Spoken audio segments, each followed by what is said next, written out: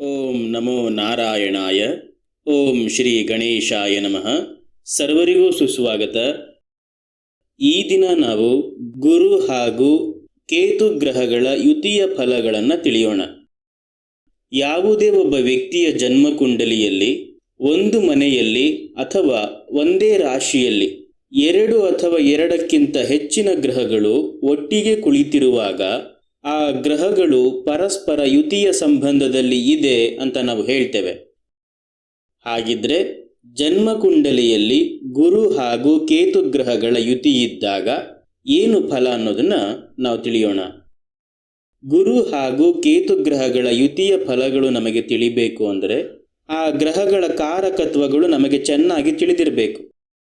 ಜ್ಞಾನ, ಉಪದೇಶಕ, ಸಲಹೆಗಾರ, ಪುರೋಹಿತ, ಶುಭತೆ, ಸಾತ್ವಿಕತೆ, ಭಾಗ್ಯ, ಮೂಗು, ಹಳದಿ ಬಣ್ಣ, ಈಶಾನ್ಯ ದಿಕ್ಕು, ನೀಲಮಣಿ, ಚಿನ್ನ, ಕಡಲೆಬೇಳೆ, ಅರಿಶಿಣ, ಪುರುಷ ಜೀವಕಾರಕ, ಎತ್ತರದ ನಿಲುವು, ದಾರ್ಶನಿಕ, ಸತ್ಯ, ದಿನಸಿ ವ್ಯಾಪಾರಿ, ಸಾಮಾಜಿಕ ಗೌರವ, ಜ್ಯೋತಿಷ್ಯ, ಶಿಕ್ಷಕ, ದಯೆ, ಅಂಜೂರದ ಮತ್ತು ಬಾಳೆಯ ಮರ, ಚಂದನ, ದೇವರ ಮನೆ ಅಂದರೆ ಪೂಜೆಯ ಮನೆ, ಸ್ತ್ರೀ ವಿವಾಹಕಾರಕ, ದೇಹದಲ್ಲಿನ ಕೊಬ್ಬು ಅಥವಾ ಲಿಪಿಡ್ ಇತ್ಯಾದಿಯಾಗಿ ಗುರುವಿನ ಕಾರಕತ್ವಗಳಾಗುತ್ತೆ.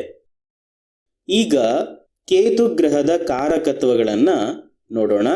ತಾತ, ಅಜ್ಜಿ, ಮೋಕ್ಷ, ಮಂತ್ರ, ಆಧ್ಯಾತ್ಮಿಕ, ಆಶ್ರಮದಲ್ಲಿ ವಾಸ, ಜ್ಯೋತಿಷ್ಯ, ಚಿಕಿತ್ಸಕ, ವಕೀಲ, ಸೂಜಿದಾರ, ಧ್ವಜ, ಸಣ್ಣ ಸಣ್ಣ ಕೀಟಗಳು, ಬಾಲ, ತಡೆಗೋಡೆ ಅಂದರೆ ಅಡೆತಡೆಗಳು, ಅಡಚಣೆಗಳು ಅಂತ ಅರ್ಥ, ನಿಂದನೆ, ಚರಂಡಿ, ಲಂಗೋಟಿ, ರಸ್ತೆ, ಗ್ರಾಮೀಣ ಜೀವನ, ಕೊಳವೆ, ಭವನದ ಹಿಂದಿನ ಬಾಗಿಲು ಅಂದರೆ ಬಿಲ್ಡಿಂಗ್ ಬ್ಯಾಕ್ ಡೋರ್ ಅಂತ ಅರ್ಥ, ವಿರಕ್ತಿ ಇತ್ಯಾದಿಯಾಗಿ ಕೇತುವಿನ ಕಾರಕತ್ವಗಳಾಗುತ್ತೆ.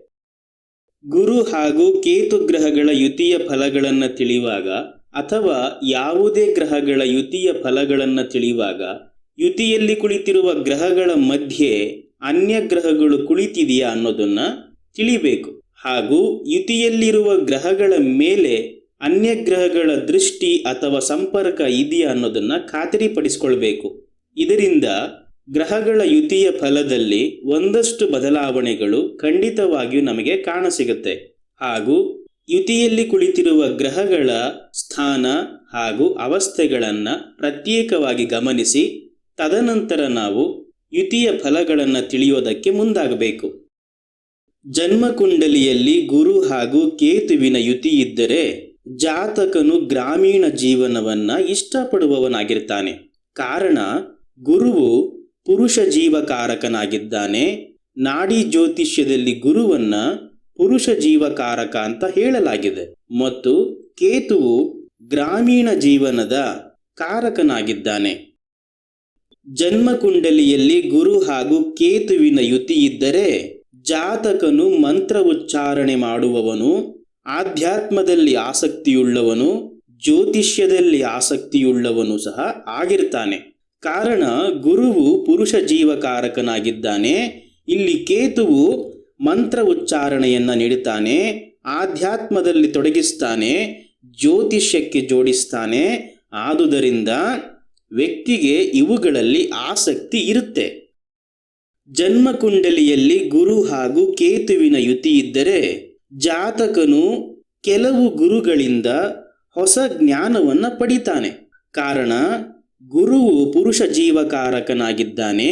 ಇಲ್ಲಿ ಕೇತುವು ಆಶ್ರಮದಲ್ಲಿ ನಿವಾಸ ನೀಡ್ತಾನೆ, ಆಧ್ಯಾತ್ಮಕ್ಕೆ ಜೋಡಿಸ್ತಾನೆ, ಸಾಧು ಸನ್ಯಾಸಿಗಳ ಜೊತೆ ಜೋಡಿಸ್ತಾನೆ. ಆದ್ದರಿಂದ ಈ ವ್ಯಕ್ತಿಯು ಯಾವುದೇ ಗುರುವಿನಿಂದ ಹೊಸ ಜ್ಞಾನವನ್ನು ಪಡಿತಾನೆ. ಜನ್ಮಕುಂಡಲಿಯಲ್ಲಿ ಗುರು ಹಾಗೂ ಕೇತುವಿನ ಯುತಿ ಇದ್ದರೆ ಜಾತಕನ ತಾತನು ಬುದ್ಧಿಜೀವಿಯಾಗಿರ್ತಾನೆ, ಜ್ಞಾನಿಯಾಗಿರ್ತಾನೆ ಮತ್ತು ಉತ್ತಮ ಸಲಹೆಗಾರನಾಗಿರ್ತಾನೆ. ಮತ್ತು ಜಾತಕನ ತಾತನಿಗೆ ಸಮಾಜದಲ್ಲಿ ಉತ್ತಮ ಗೌರವ ದೊರೆಯುತ್ತೆ.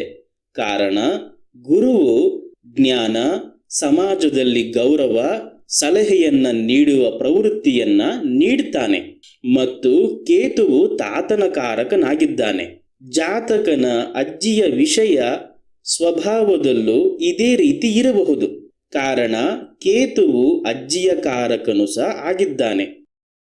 ಜನ್ಮಕುಂಡಲಿಯಲ್ಲಿ ಗುರು ಹಾಗೂ ಕೇತುವಿನ ಯುತಿ ಇದ್ದಾಗ ಜಾತಕನು ಭೌತಿಕವಾದದಿಂದ ದೂರವಿರ್ತಾನೆ. ಕಾರಣ ಏನಂದ್ರೆ ಗುರುವು ಪುರುಷ ಜೀವಕಾರಕನಾಗಿದ್ದಾನೆ ಮತ್ತು ಕೇತುವು ಭೌತಿಕತಾವಾದದಿಂದ ವ್ಯಕ್ತಿಯನ್ನ ದೂರ ಇರಿಸ್ತಾನೆ, ವಿರಕ್ತಿಯನ್ನ ನೀಡ್ತಾನೆ. ಒಂದು ಸಾಮಾನ್ಯ ಜೀವನವನ್ನ ಜೀವಿಸೋದಕ್ಕೆ ಆ ವ್ಯಕ್ತಿ ಇಚ್ಛಿಸ್ತಾನೆ.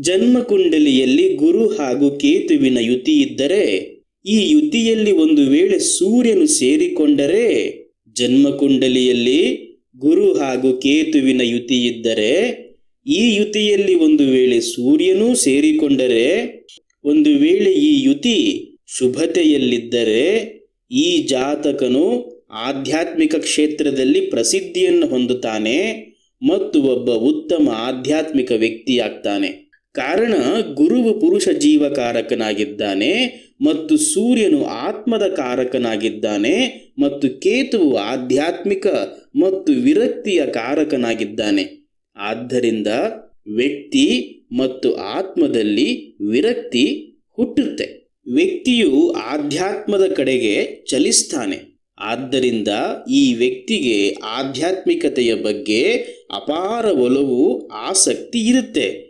ಆಧ್ಯಾತ್ಮದಲ್ಲಿ ಈ ವ್ಯಕ್ತಿಯು ಬಹಳ ಪ್ರಸಿದ್ಧಿಯನ್ನು ಹೊಂದುತ್ತಾನೆ. ಇದು ಗುರು ಹಾಗೂ ಕೇತು ಗ್ರಹಗಳ ಯುತಿಯ ಫಲಗಳನ್ನು ಯಾವ ರೀತಿ ತಿಳಿಯಬಹುದು ಎಂಬುದರ ಬಗ್ಗೆ ಒಂದು ಸಣ್ಣ ಉದಾಹರಣೆ. ಮುಂದಿನ ಸಂಚಿಕೆಯಲ್ಲಿ ನಾವು ಶುಕ್ರ ಹಾಗೂ ಶನಿಯ ಯುತಿಯ ಫಲಗಳನ್ನು ತಿಳಿಯೋಣ.